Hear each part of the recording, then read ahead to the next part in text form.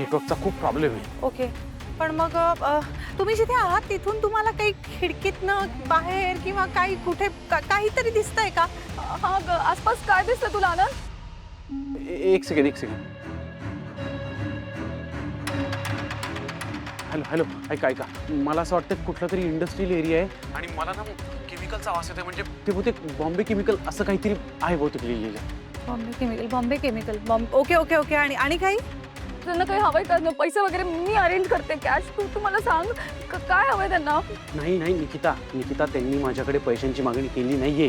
मी समरकडे जी नोकरी करतो त्याचा राजीनामा मागितलाय त्यांनी माझ्याकडे. काय? तुझ्या राजीनाम्याचा त्यांना काय फायदा? कदाचित हे मल्लिका काकूचंच काम असू शकतं. काकू का करतील असं? त्यांचा काय संबंध? मी जी मीटिंग संपून निघालो होतो ती मीटिंग काकूंबरोबर होती. तुम्ही काकूंबरोबर मीटिंग मुळात का केलेली? काय म्हणणं होतं त्यांचं? मी ऑफिसचं काम संपवलं आणि तेवढ्यात मला एक फोन आला मेहता नावाने. मी फोन रिसिव्ह केला आणि त्यांनी मला एका ठिकाणी भेटायला बोलवलं. मी तिथे गेल्यावर पाहिलं तर समोर काकू बसलेली होती. म्हणजे काकूने दुसऱ्या खोट्या नंबरवरून फोन केला होता कदाचित. किती वाजता झालंय हे? हे साधारण 2 वाजता. आणि त्यानं वेगळंच काहीतरी म्हणत होत्या. म्हणजे समोरची नोकरी सोड आणि मला जॉईन कर, मी तुला जास्त पगार देईन, लाभ बरंच काय. अर्थात मी या सगळ्याला नकार दिला आणि तिथून बाहेर पडत होतो आणि त्यानंतर हे सगळं झालं. हे बघा हे त्यांनीच केलंय असं मला अजूनही खात्रीने सांगता येणार नाही. माझा फक्त अंदाज आहे. कारण मी समोरची कंपनी सोडण्यात बाकी कोणाचा काय फायदा असू शकतो हे मला कळत नाही अजूनही. Oh shit. आनंद काय झालं? तू ठीक आहेस ना आनंद?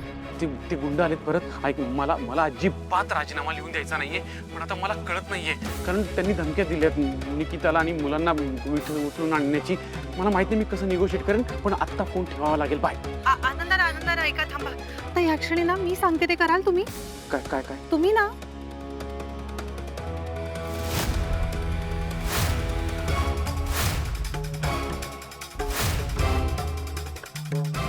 ब्रिलियंट आयडिया आहे, पण आत्ता मला फोन ठेवावा लागेल. ठीक आहे, बाय.